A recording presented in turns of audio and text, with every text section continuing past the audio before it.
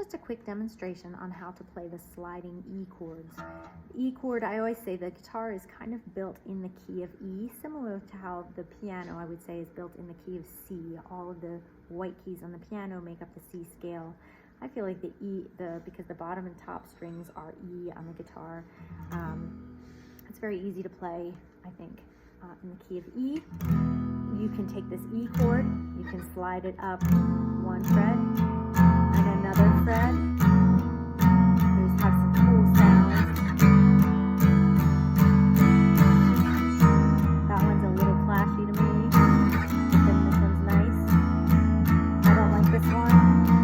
That sounds very dissonant to me, but this one's nice. Then there's very tension. I don't like that one.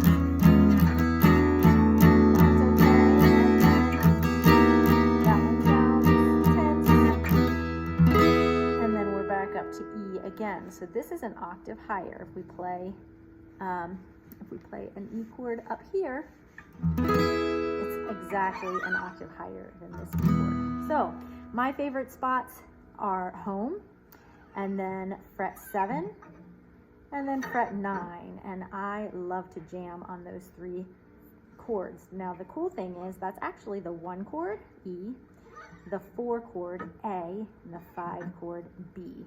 Now this only works, you can't play a B chord here in any key other than the key of E. Same with the A chord here, because you're gonna have the open E ringing this whole time.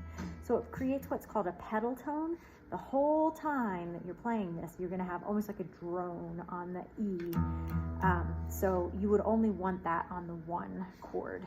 You can let that sound out. Let's just keep the root of the 1 chord, keep on sounding while you play other chords on top of it. It wouldn't work if you were not in the key of E. So here's just a demonstration. I'm just going to do a very simple down strum.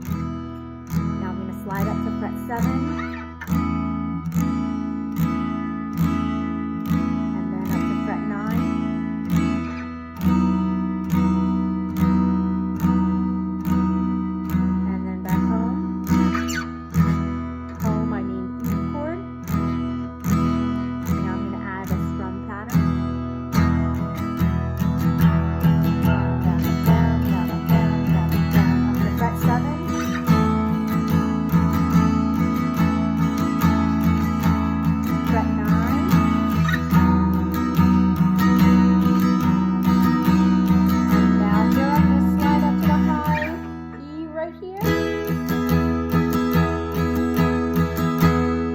Easier if you have a cutaway, you can get your hand in there a little easier.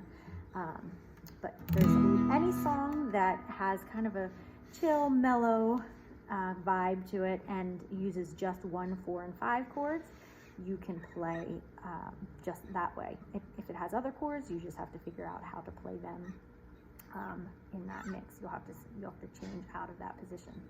But I always like to think of this as these are train tracks, and you're just going to slide up and down those tracks. So you can do that a couple times to get used to sliding, and then so I just lighten my touch, slide up, and then when I get there I squeeze, and then lighten my touch, and then squeeze, and lighten my touch, squeeze. So you can practice going around different places and lightening your touch and squeezing and trying to stay on those train tracks.